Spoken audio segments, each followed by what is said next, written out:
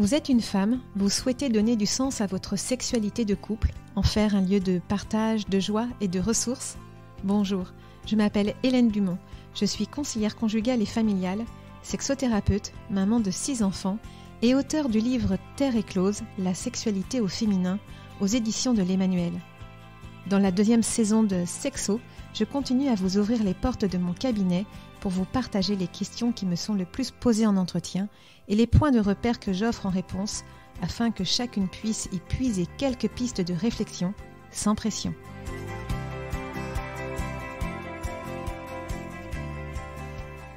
Bonjour Hélène. Bonjour Marie.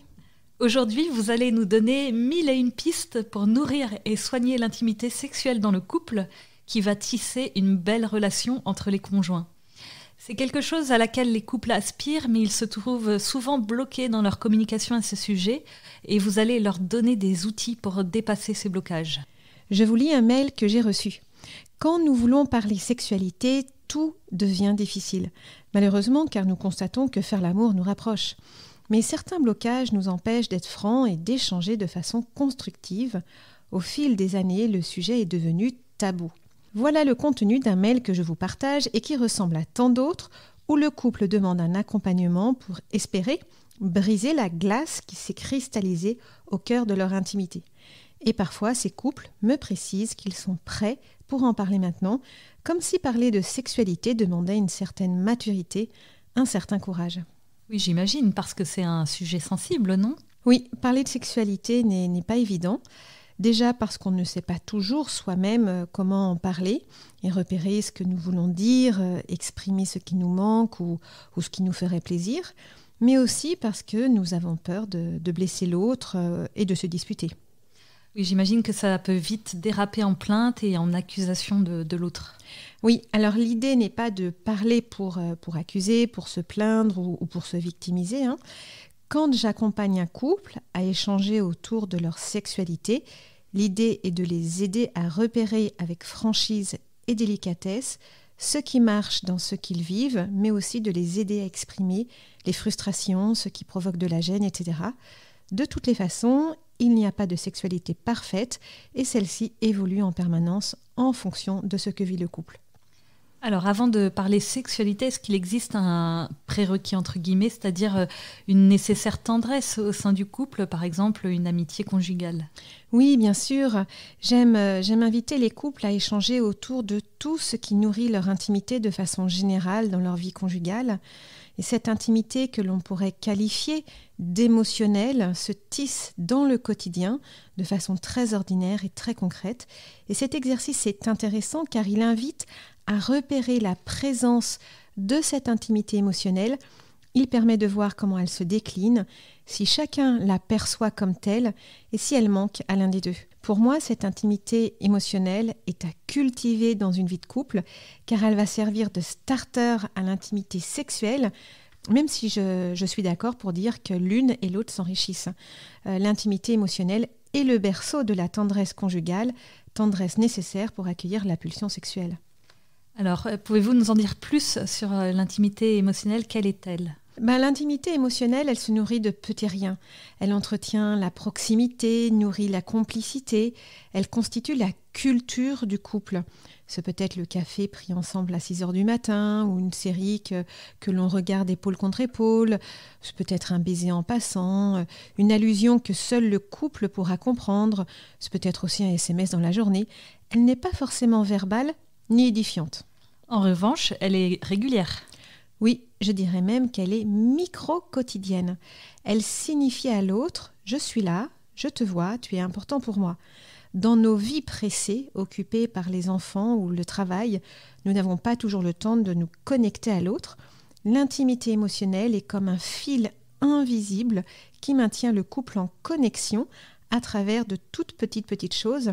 Elle est souvent discrète, mais elle demande tout de même un effort, comme celui de passer moins de temps sur son téléphone, ou de se coucher de temps en temps à la même heure, ou plus simplement de se poser 10 secondes l'un auprès de l'autre, comme ça, gratuitement, juste pour le plaisir d'être ensemble. Et chaque couple a sa propre façon de cultiver son intimité émotionnelle, d'en prendre soin, même si je sais bien que ce n'est pas facile tous les jours. L'idée n'est pas d'être parfait, mais de l'avoir en tête et de la repérer quand elle est là. L'intimité émotionnelle ajoute de la fluidité dans la communication, dans la relation, mais aussi dans la sexualité. Et donc à ce propos, qu'est-ce que l'intimité sexuelle ? L'intimité sexuelle n'est pas que le rapport sexuel avec pénétration, c'est beaucoup plus large. Parler de sexualité est déjà une façon de vivre son intimité sexuelle. Et s'il n'est pas nécessaire de faire un débriefing à chaque fois que le couple fait l'amour, il n'est pas interdit de se remercier de temps en temps pour ce qui a été vécu, d'avoir de la gratitude pour cela, de savoir repérer le positif et quand cela est nécessaire, d'oser aborder ce qui ne va pas. Et ce dialogue autour de la sexualité me semble essentiel, même si je sais bien que ce n'est pas facile parce qu'il demande du tact, de la franchise, beaucoup d'amour et parfois de l'humour pour prendre un peu de hauteur. Si les couples se disputent au cours de ces échanges, c'est parce qu'en réalité, ils ne déversent que le négatif et les frustrations sans évoquer ce qui marche bien. Alors justement, pouvez-vous concrètement nous donner un petit exercice pour favoriser l'échange dans le couple ? Pour favoriser un échange, surtout quand la situation semble bloquée, j'aime inviter l'homme et la femme à échanger autour de ces 5 verbes. Demander, donner, prendre, refuser, accueillir. La consigne étant la suivante. Pour chacun de ces verbes, dans la sexualité, dans ce que je vis avec toi, qu'est-ce qui me semble facile et qu'est-ce qui me semble difficile ?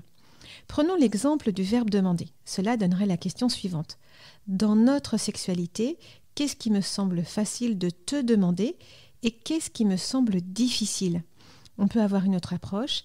Est-ce facile ou difficile de demander dans la sexualité ? Les couples sont bien souvent les premiers à être étonnés de leur réponse, de leur profondeur notamment. Oui, c'est très intéressant.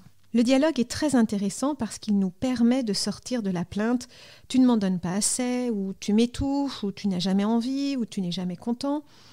Avec ces verbes, le dialogue est balisé, rassurant et il permet d'aller plus loin. Prenons par exemple le verbe « donner » qui semble être, pour les couples que j'accompagne, le plus facile. Voici ce qu'ils me disent. C'est évident, être dans le don de soi, voilà ce que je vis dans la sexualité, facile. C'est très beau, mais ce n'est pas suffisant. En réalité, c'est très théorique.